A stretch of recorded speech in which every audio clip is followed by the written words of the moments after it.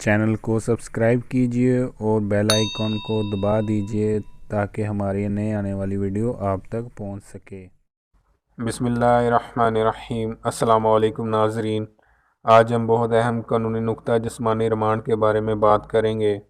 اس video کو مکمل دیکھیے گا۔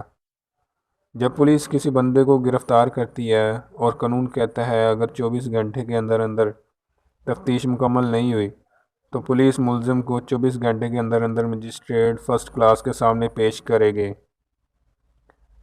جب جسمانی ریمانڈ کے لیے مجسٹریٹ کے پاس لے کر آئیں گے اور بتائیں گے تفتیش مکمل نہیں ہوئی تو پولیس مزید جسمانی ریمانڈ کے لیے عدالت سے استدعا کرے گی۔ اسے ابھی برآمدگی ہونی ہے اور مزید تفتیش بھی۔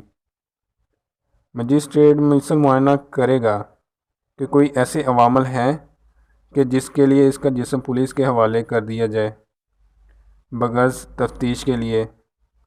یہاں یہ بتاتا چلوں کہ جسمانی ریمانڈ کا ہرگز یہ مقصد نہیں ہے کہ اس پہ ملزم پہ جسمانی تشدد کیا جائے۔ اگر یہ ثابت ہو جاتا ہے تشدد تو پولیس کے خلاف FIR بھی ہوگی اور قید اور جرمانے کی سزا بھی ہو سکتی ہے۔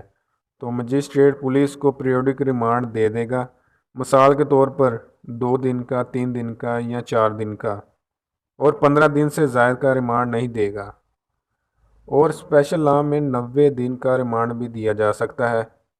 اگر کسی نے اسپیشل لاء میں جرم کیا ہے تو اسے اسپیشل لاء کے تحت ریمانڈ دے دیا جائے گا، مثال کے طور پر نیب لاء اور اینٹی ٹیررزم لاء۔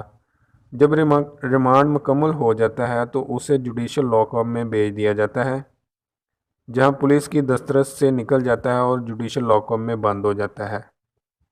یہ تھا ناظرین آج کی ویڈیو جسمانی ریمانڈ کے بارے میں۔